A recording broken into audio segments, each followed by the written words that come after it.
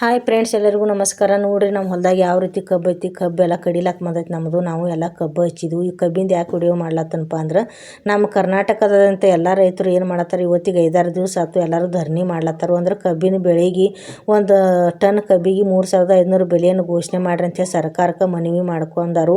ಬೇಡಿಕೆ ನಿಟ್ಟು ಏನು ಮಾಡತ್ತಾರು, ಧರಣಿ ಕುಂತಾರು. ಇನ್ನೂವರೆಗೆ ಅದು ಸರ್ಕಾರದಿಂದ ಯಾವುದೇ ರೀತಿ ಬೆಂಬಲ ಸಿಕ್ಕಿಲ್ಲ. ಅದೇ ಥರನಾಗಿ ನಮ್ಮ ಬಾಗಲಕೋಟೆ ಜಿಲ್ಲೆ ಜಮಖಂಡಿ ತಾಲೂಕು ಚಿಕ್ಕಲ್ಕಿ ಕ್ರಾಸ್ ಅಂತಕ್ಕಂಥ ಒಂದು ಗ್ರಾಮದೊಳಗೆ ಇವತ್ತು ನಮ್ಮ ರೈತ ಬಾಂಧವರು ಎಲ್ಲರೂ ಸೇರಿ ಧರಣಿ ಮಾಡತ್ತಾರು. ಈ ಧರಣಿ ಒಳಗೆ ಎಲ್ಲರೂ ಪಾಲ್ಗೊಳ್ರಿ. ಅಂದ್ರೆ ನಮ್ಮ ಬಾಗಲಕೋಟೆ ಜಿಲ್ಲೆಯಲ್ಲಿ ಬರ್ತಕ್ಕಂಥ ಎಲ್ಲ ಹಳ್ಳಿಯವರು, ಒಂದು ಹಳ್ಳಿಯವರು ಬಿಡಬೇಡ್ರಿ, ಎಲ್ಲ ಹಳ್ಳಿಯವರು ಬರ್ರಿ, ರೈತರಿಗೆ ಸಪೋರ್ಟ್ ಕೊಡ್ರಿ. ಅದೇ ಥರನಾಗಿ ನಮ್ಮ ನೆರೆಯ ಜಿಲ್ಲೆಗಳಾದಂಥ ನೆರೆಹೊರೆಯ ಜಿಲ್ಲೆಗಳಾದಂಥ ಬಿಜಾಪುರ, ಬೀದರ, ಗುಲ್ಬರ್ಗ, ಬೆಳಗಾವಿ, ಇನ್ನೂ ಹಲವಾರು ಅಂದ್ರೆ ನಮ್ಮ ಕರ್ನಾಟಕದಲ್ಲಿ ಬರ್ತಕ್ಕಂಥ ಎಲ್ಲ ಜಿಲ್ಲೆಯವರು ಸಮೀಪ ಇದ್ದವ್ರು ಬಂದು ನಮ್ಮ ಈ ರೈತರ ಚಳವಳಿಯಲ್ಲಿ ಪಾಲ್ಗೊಳ್ರಿ. ನಂದು ಕೂಡ ಒಂದು ನಮ್ಮ ರೈತರಿಗೆ ಸಪೋರ್ಟ್ ಇರ್ತೈತಿ. ಯಾಕಂದ್ರೆ ನಾನು ಕೂಡ ಒಬ್ಬ ರೈತನ ಮಗಳು ಅದನು.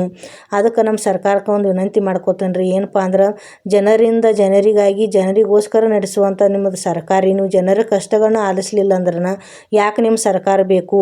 ಯಾಕೆ ನೀವು ಏನು ಅಂತಿರ್ತೀರಿ ಇಲೆಕ್ಷನ್ ಹಾಕಿಸ್ಕೊಳ್ಳೋ ಮುಂದಾಗ, ರೈತರ ನಮ್ಮ ದೇಶದ ಬೆನ್ನೆಲುಬು, ರೈತರ ಅನ್ನದಾತರು, ಜೈ ಜವಾನ್ ಜೈ ಕಿಸಾನ್ ಅಂತೇಳಿ ಭಾಷಣ ಮಾಡಿ ಎಲ್ಲರೂ ಇಲೆಕ್ಷನ್ ಹಾಕಿಸ್ಕೊಂಡು ಹಾಕಿಸ್ಕೊಂಡು ಹೋಗಿ ಎಲ್ಲರೂ MLA ಹಾಕಿರಿ, MP ಹಾಕಿರಿ, ಮುಖ್ಯಮಂತ್ರಿ ಹಾಕಿರಿ.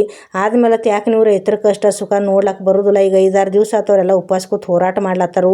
ಬರ್ರಿ, ಅವ್ರ ಕಷ್ಟ ಸುಖ ಕೇಳ್ರಿ, ಅವರಿಗೆ ಕಬ್ಬಿನ ಬೆಳೆಗೆ ನಿಗದಿತ ಬೆಲೆಯನ್ನು ಘೋಷಣೆ ಮಾಡಿರಿ ಅಂಥೇಳಿ ನಾ ವಿಡಿಯೋ ಮುಖಾಂತರ ನಿಮ್ಗೆ ಕಳಕಳಿಯಿಂದ ವಿನಂತಿ ಮಾಡ್ಕೊತನು.